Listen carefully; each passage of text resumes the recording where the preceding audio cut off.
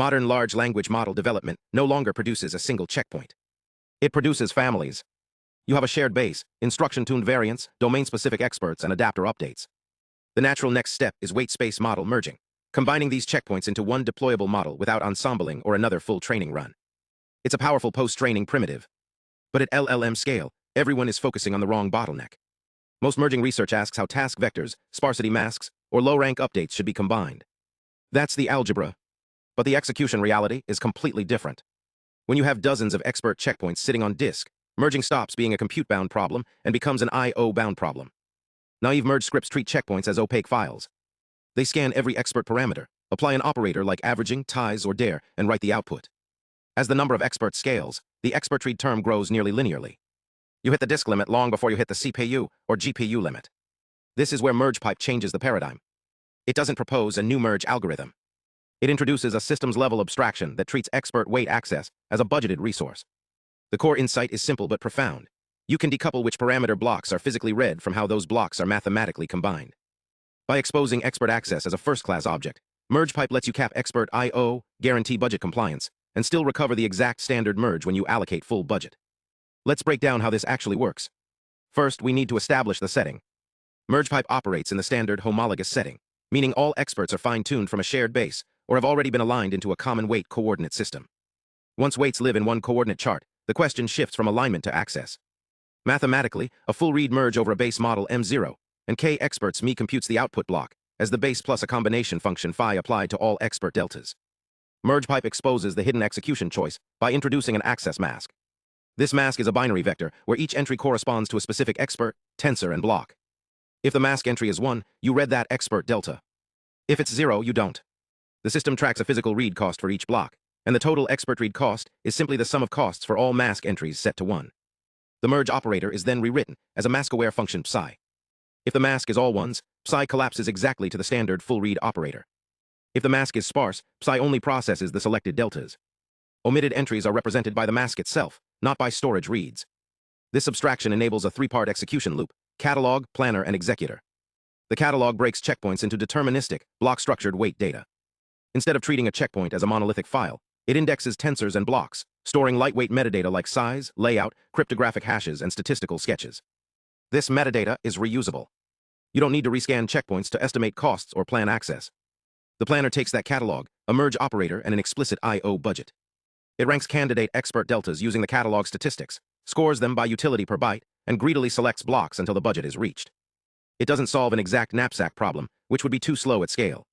It uses deterministic, score-per-byte heuristics with tensor-level fallback when block metadata is missing. The output is a budget-feasible access mask and a replayable plan.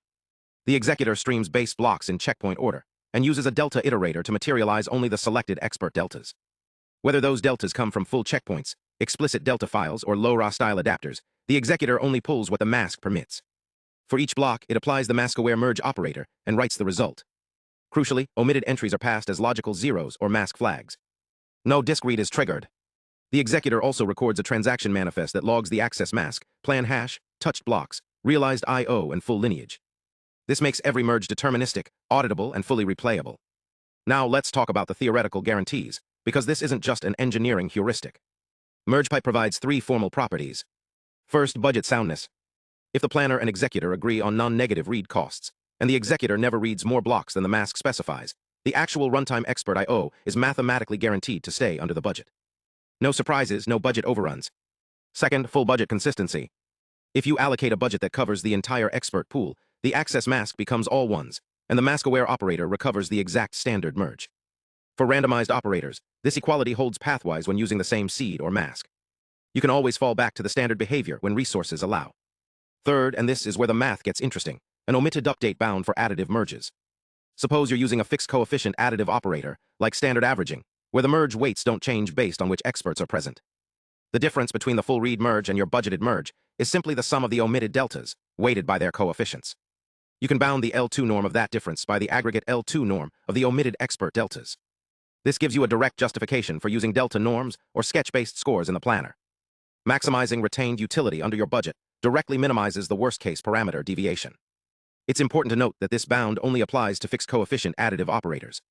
It doesn't hold for ties or dare. Those operators dynamically renormalize, apply random drops, or elect signs based on the available inputs. Changing the access mask changes the coefficients themselves, so the omission bound doesn't apply. For those, MergePipe provides the same budgeted execution layer, but fidelity is evaluated empirically rather than analytically. So how does this perform in practice? The experiments cover Qwen and Llama checkpoint families, scaling up to 20 or 25 experts per model. The setup is deliberately conservative. CPU-only execution, SSD-backed storage, and OS-level file caching disabled.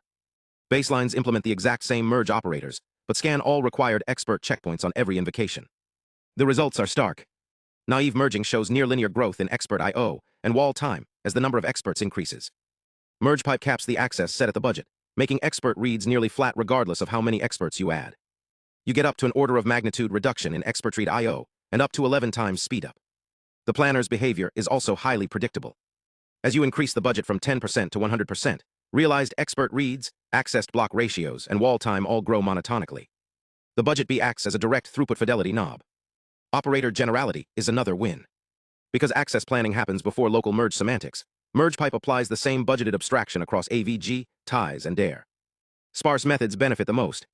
For ties merging 20 Llama 318B experts, naive I/O exceeds 174 gigabytes and takes over 20 minutes. MergePipe reads just 3.46 gigabytes and finishes in under 6 minutes, cutting wall time by over 70%. But speed is useless if quality collapses. The fidelity analysis shows a highly favorable speed fidelity frontier. Even at half budget, the relative L2 parameter deviation from the full read baseline stays in the O of 10 to the negative third range. Downstream benchmarks like human eval, if eval, and drop show no monotonic degradation. Scores hover tightly around the full read endpoint. The system overhead is also negligible. Planning takes roughly 1% of execution time, the manifest is under a megabyte, and catalog metadata consumes less than 4% of total I/O. The gains come purely from eliminating redundant expert reads, not from caching tricks or metadata optimization. There are natural boundaries to this approach. MergePipe targets offline, iterative merging with many disk-resident experts. If you're working with a small expert pool, dense full-read regimes, or GPU-resident in-memory fusion, the I/O savings will naturally shrink. It also assumes experts share a common weight coordinate system. It doesn't solve permutation, symmetry, or representation alignment. Those are separate research tracks. MergePipe is complementary to them. It handles the execution layer once alignment is complete. What this really highlights is a shift in how we should think about weight space research. For years, the community has focused almost exclusively on how weights should be combined. But as model families continue to grow, the physical access pattern becomes the limiting factor. Treating model weights as structured, block-level data with explicit I/O accounting isn't just a systems optimization. It's a necessary abstraction for scalable model composition.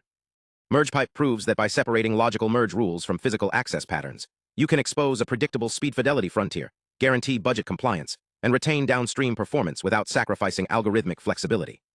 If you're working with checkpoint families, adapter pools, or iterative post-training workflows, the naive scan and combine pattern is no longer viable. The code is open, the math is sound, and the performance gains are real.